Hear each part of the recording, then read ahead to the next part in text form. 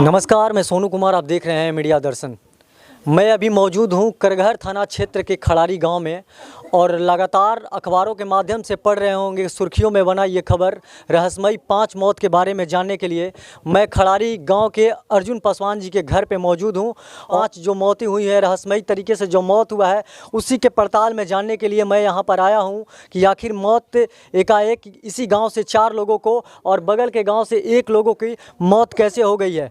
मैं आपको बता दूँ, कैमरे के माध्यम से देख सकते हैं ये परिजन है और वहीं अर्जुन पासवान के जो बेटे हैं, लगातार एक ही परिवार से एक ही पिता के 2 बेटे की मौत हो चुकी है और तीसरा बेटा अभी भी जीवन और मौत से अस्पताल में झेल रहा है।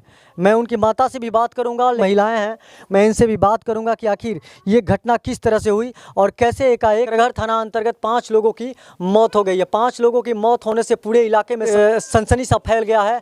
और मैं आपको बताना चाह रहा हूं कि यहाँ पे कल प्रशासन भी आई थी, करगहर थाना अध्यक्ष भी यहाँ पे अपने टीम को लेकर आए थे, उनके साथ इंस्पेक्टर भी मौजूद थे और पूरे जांच पड़ताल के पास यहाँ से थाना अध्यक्ष भी गए हुए हैं। और इन लोगों के द्वारा जो 4 मौतें हुई है, इसी गांव में 4 मौत हुई है और एक बगल के गांव में जो पहाड़ी बोला जाता है वहाँ पर भी एक मौत हुई है। 4 मौत हुई बेसूचना के इन लोगों के द्वारा। उस शव को जला दिया गया है और मैं इन लोगों से बात करूंगा कि किस तरह से उन लोगों को एकाएक अचानक तबीयत ख़राब हुआ और तबीयत बिगड़ने से उन लोगों की मौत हो गई है।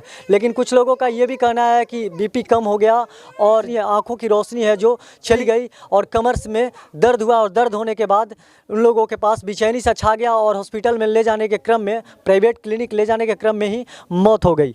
रुआ के बानी माने अगल बगल के उनकर भाभी हनी हम बड़ भाभी बनी। कैसे तबीयत खराब है? तबीयत खराब रहे कि जैसे कि माने हई गोड़ में है जैसे ने दर्द रहे जी ना, आँख से ना लौकत रहे तो भइल की करा के ले चले को दवाई करा के लेके भगनी जैसा जाए एगो के सासाराम जा सरकारी हॉस्पिटल के गेट पर डेट हो गलन। सासाराम बड़ बेटा, मतलब उनके बड़े वाले बेटा जो अर्जुन पासवान जी के बेटे हैं। और फिर पिछले वाले बेटा का उनके साथ क्या हुआ? उनको ये दर्द रहे, डांड के नीचे से दर्द रहे, फिर आँख से ना लौकत रहे, भइल की ले चले के दवा।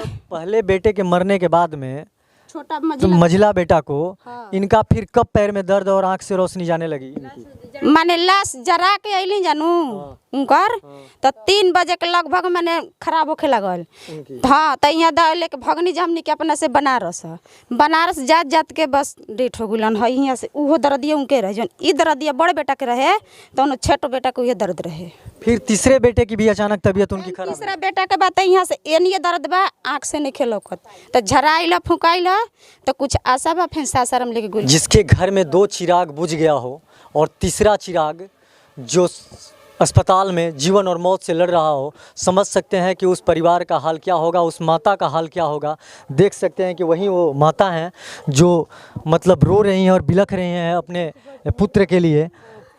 कैसे बेटा का तबीयत खराब हो गया आपका? पूछो ना भई रहे घर 1 घंटा में हमार बाबू दोनों जाना गइलन जाहो भैया, खाली गोड़ावा में कपड़ा में धर दिया आ भइल हो भैया। कुछ ना आपके जो बड़े वाले बेटे की डेथ हुई है? आगा बड़ बेटा तो मंझिल बेटा। आपके 3 बेटे हैं और तीसरा बेटा हॉस्पिटल में है। हाँ छोटावन। हाँ ऐसा क्यों मैं पता नहीं चल पाया कि किस कारण बस उन लोगों का अचानक तबीयत खराब हो जाता है? कुछ ना। हाँ ये हाला भई रहे कुछ के हमार बबुआ के ना भइल रहे। हाँ हाँ हाँ हो भैया ये बताओ तो ना कुछ नहीं के भइल हो। क्या हुआ उनको अचानक एकाएक क्या हुआ? एक बाइक हमार बबुआ के सुतले उठलन जा, एगो सुतले उठलन तो कहलन माई रे गोड़वा में दर्द दिया बा हमरा के छरवा दे। कै बजे की घटना है? ना 1 जना के 9 बजत रहे। 9 बजे सुबह में? हाँ ले जाके डकडरी में लेनी, डकडरी में ले सासाराम लेके भगनी बबुआ ना जियलन हो भई। दूसरा बेटा बबुआ के गइलन फूके अब नहीं फिर उनको दर्द दिया कबर गइल हो भैया तो लेके बनारस भगलन जाता जाके मोगल सराय टूट गइलन हो भैया। आई हो भैया भैया। तीसरा बेटा का अचानक तबीयत फिर कैसे खराब हो गया? वो सही तब बाबू के लेके झरवा में भगलन जाता ठीक बाड़न जा हो भैया।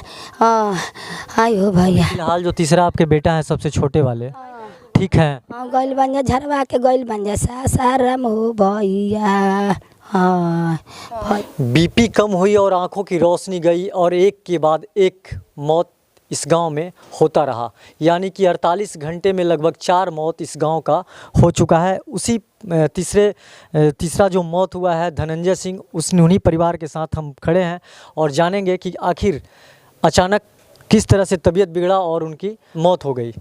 क्या नाम है आपका चाचा? हमारा नाम है कृष्ण नंदन सिंह।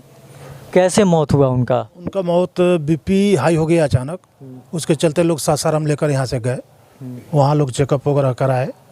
दिन में ट्रीटमेंट कराए थे आपको परसों यानी 25 तारीख को, कल 26 था। फिर उसके बाद 9 बजे लोग दवा ववा कुछ मिला। अच्छा, अचानक आँख का रोशनी थोड़ा इनका जाने लगा। जो भी मौतें हुई है यहाँ पे 4 मौत हुई हैं और चारों मौत आँख की रोशनी और बीपी कम होने की वजह से ही और दर्द की वजह से ही लोग बता रहे हैं कि यही लक्षण था। हाँ, तो वही आँख के डॉक्टर को दिखाए लोग। उसके बाद डॉक्टर कुछ दवा ववा दिए और बोले कि 3 दिन का हम दवा दे दिए, आप लोग ले जाइए, कोई घबराने की बात नहीं है। तो ये लोग 9 बजे तकरीबन शाम को लेकर वापस चले आए। उसके बाद 1-1:30 बजे करीब उनका बीपी ऑटोमेटिक जो है बढ़ गया, हाई हो गया। तब ये लोग जो है एम्बुलेंस को फ़ोन किए, एम्बुलेंस मंगाए। उसके बाद ऑक्सीजन वगैरह का व्यवस्था करके यहाँ से 1:30 बजे करीब ये लोग लेकर चल दिए। जैसे ही टोल टैक्स पार किए उसके बाद उनका जो है शरीर मतलब शिथिल पड़ गया, ठंडा पड़ गया और डेथ हो गया। कल कुछ प्रशासन इस गांव में आया हुआ था, आपके यहाँ भी प्रशासन आई थी क्या? बिल्कुल आए थे लोग, भेंट मुलाकात हुआ, बात हुआ। बड़ा क्या बात हुआ बड़ा बाबू से?